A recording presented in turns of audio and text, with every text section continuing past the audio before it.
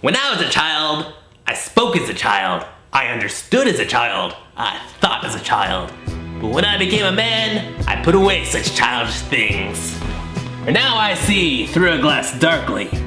But then, face to face, and now abide faith, hope, love, these three. But the greatest of these is flying toasters! Man, fuck faith, hope, and love. Let's talk about screensavers.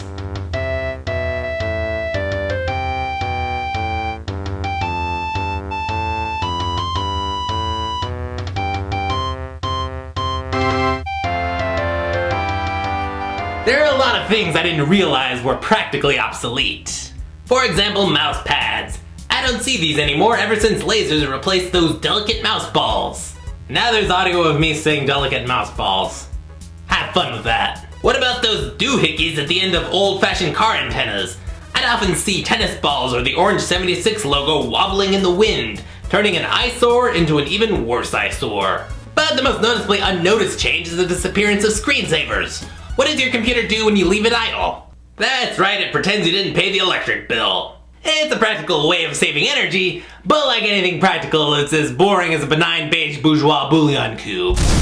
But back when computer monitors were cathode ray tubes, there was always the threat of the dreaded disease, phosphor burn-in. You know, this shit. An image would get burnt into the screen due to the irregular use of pixels over a long period of time. Thus, the phosphor that gives the screen its luminescence would decay unevenly. A very practical explanation. Here's a more interesting one. When you leave the room, little gremlins come out of your computer and burn images on your static screen. Just to fuck with you.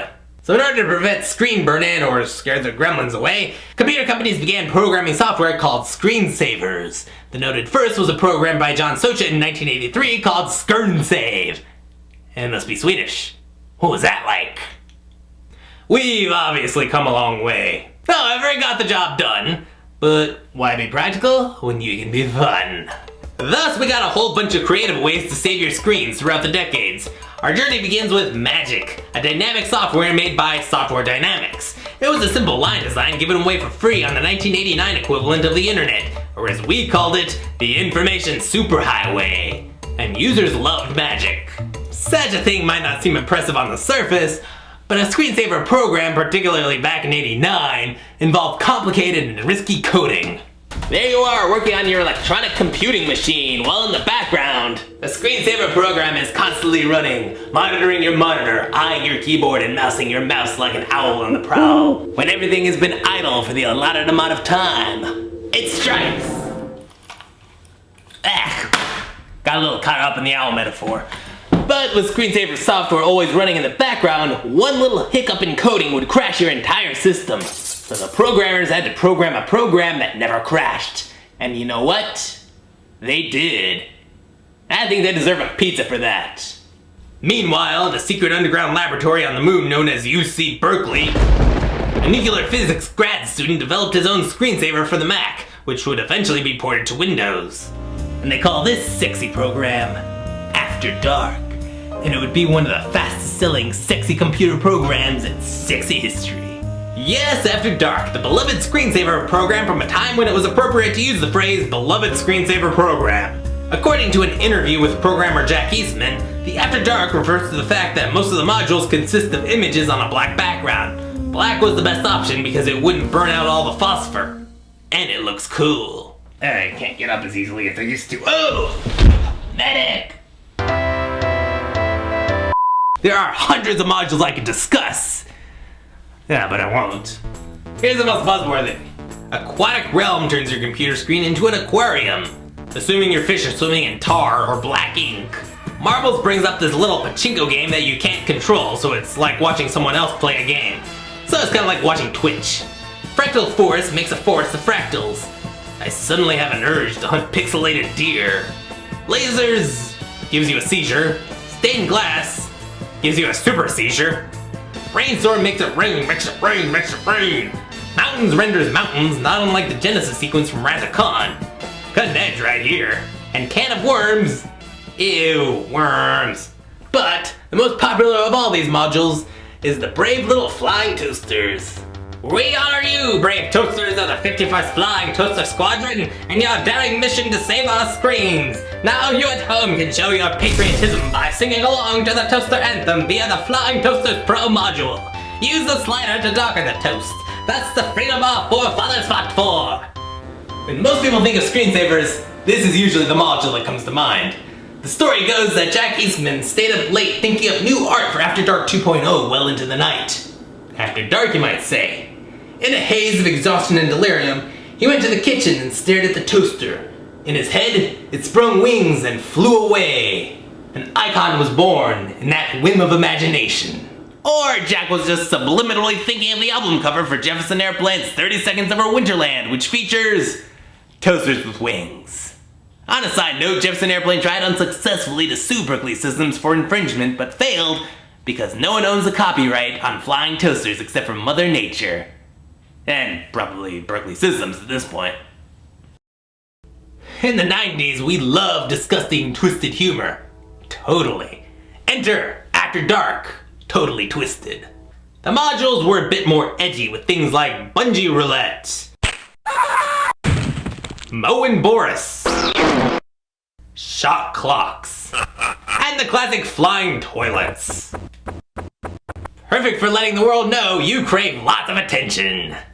By the late 90s, the market on screensavers had diminished. You can now download screensavers directly from the information superhighway. So the After Dark series released its last major version with 4.0. I spent a lot of time talking about the After Dark series, but the truth is I only ever really saw it in the stores. That alluring, mysterious box of sexy secrets. What does it mean? So I'm less familiar with After Dark and more familiar with the default screensavers for Windows 95 and 98. Hey. Here we had a bizarre world of randomly generated pipes leading to nowhere. I'd like to think that Super Mario was zipping around aimlessly in these pipes, lost in an existential hell of his own creation. Next we have a space-themed program with random shit flying across the screen. Then there's a fish tank with random shit flying across the screen. Then there's Mystery House with bats. The light turned on, that's something. That's just the Windows logo. Man, these are boring. You'd really have to use your imagination to have fun with them. Actually, all these screensavers had sound capabilities. So here's a prank you can pull if you're watching this back in the 90s. Go to your classroom PC and choose something obnoxious like the jungle theme screensaver. Then enable the sound. In the middle of class, your teacher will be interrupted by jungle noises. Most likely it'll take everyone a while to realize what the hell is going on. We really stretched to entertain ourselves before we had computers on our phones. Now by the late 90s... Hold on.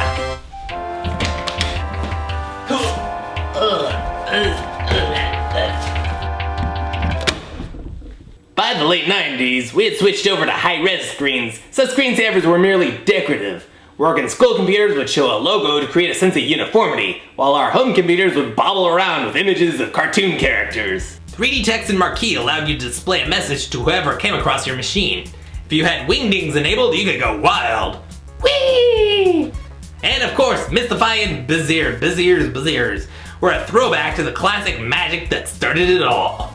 Or shuffle through your personal photo album, your friends and family staring back at you in a creepy slow zoom before cross-dissolving to that random photo you have of a cemetery as though foreshadowing a horrific tragedy. There's also the flower box. It's pretty.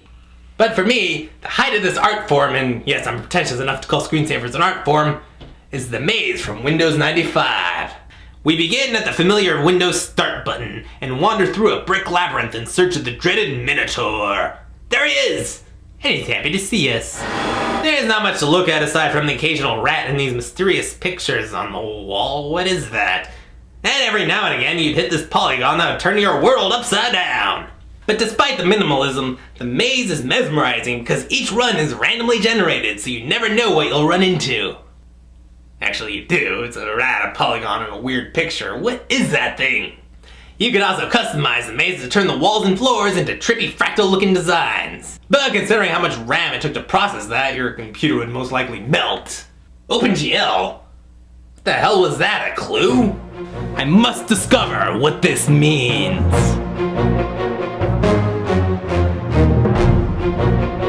Open Graphics Library is an application programming interface used to render vector graphics across multiple hardware platforms. In other words, it makes them pretty pictures. The mystery globe picture is a sample rendering used in tutorials. Recreate this art and you're an OpenGL master.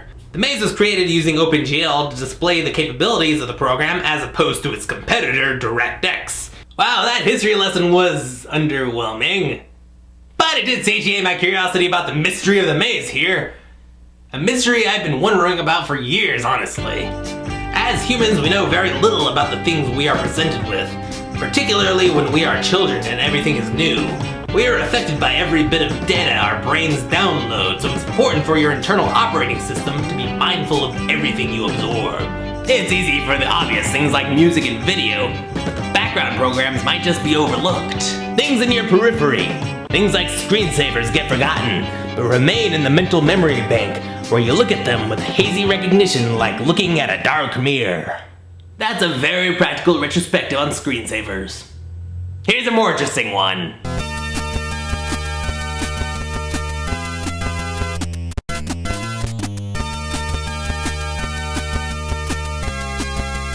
And then the toasters went to Mars, but I'm never gonna talk about that. Because winners don't do drugs.